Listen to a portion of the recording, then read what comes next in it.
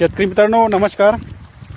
शेतकरी मित्रांनो, आज दिनांक 30 मार्च 2026 आणि पंजाब डक साहेबांनी बरोबर सांगितलं होतं की 30 मार्च तर 3 एप्रिलपर्यंत पावसाचा हा अंदाज राहील आणि पाऊस एप्रिलमध्ये पडेल.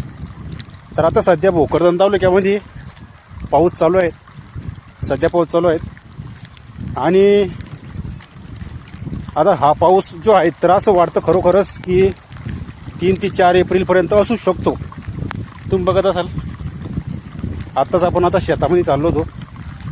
तर आता सध्या पंजाब डक साहेबांनी ज्याप्रमाणे सांगितलं होतं तर त्या हिशोबाने बरोबर 30 मार्चला भोकरदन तालुक्यामध्ये पाऊस पडलेला आहे, म्हणजे चालू आहे. तर मित्रांनो, तुमच्या भागामध्ये नेमका पाऊस चालू आहेत का तर खाली कमेंट बॉक्समध्ये नक्की सांगा. आता वाढलेला आहे पाऊस.